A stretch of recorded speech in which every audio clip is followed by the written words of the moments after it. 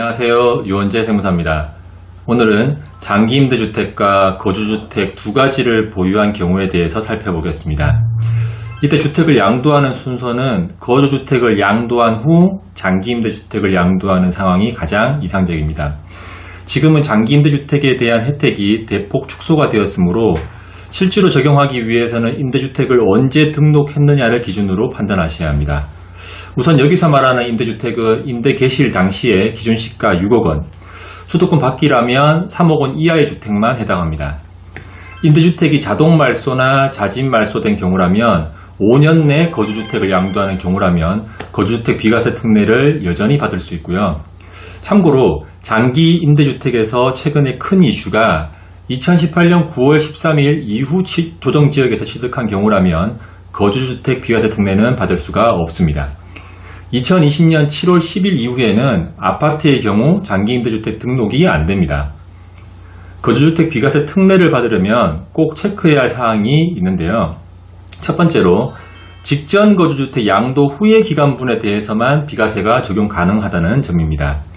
두 번째는 2019년 2월 12일 이전에 취득했다면 상관없겠지만 그 이후 취득했다면 이 거주주택 비과세 특례에 대한 규정은 생애 한 차례만 적용된다는 점입니다. 그리고 세 번째는 거주주택에 2년 이상 거주해야겠죠. 장기임대주택이 있는 경우 거주주택 비과세 특례 규정을 받기 위해서는 조정 여부 상관없이 2년 거주 후에 양도하셔야 합니다. 이렇게 해서 드디어 2주택자에서 거주주택 양도 후 1주택이 되었습니다. 이때 남은 장기임대주택, 이 1주택도 비과세를 적용받고 싶으면 어떻게 해야 할까요? 거주주택 비과세 특례는 장기임대주택과 거주주택이 있는 경우 2주택인데도 불구하고 1세대 1주택 비과세를 해준다는 규정인데 이 규정과 1세대 1주택 비과세 특례 규정은 구분하셔야 합니다. 거주주택 특례는 반드시 2년 거주 요건을 충족해야 하지만 남은 최종주택, 즉 1주택을 비과세 받기 위해서는 일반적인 1세대 1주택 비과세 규정을 적용하여야 합니다.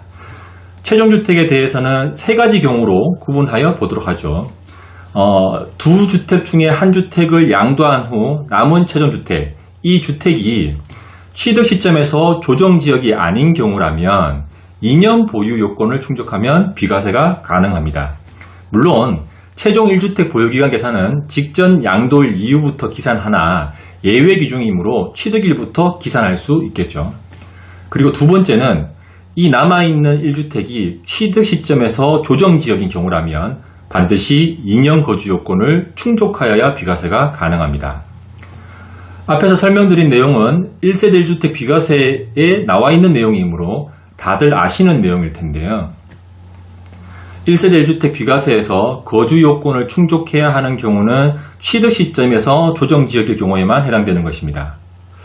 취득 시점에서 조정지역이 아닐 경우 남은 임대주택은 2년 보유 요건만 충족하면 비과세 적용이 가능합니다. 문제는 남은 임대주택이 취득 시점에 조정지역일 경우 이때도 거주 요건 충족하지 않아도 비과세를 받을 수 있는 방법이 있다는 것입니다. 그 방법에 대해서는 다음 영상에서 말씀드리겠습니다. 감사합니다. 좋아요, 구독, 알림 부탁해요.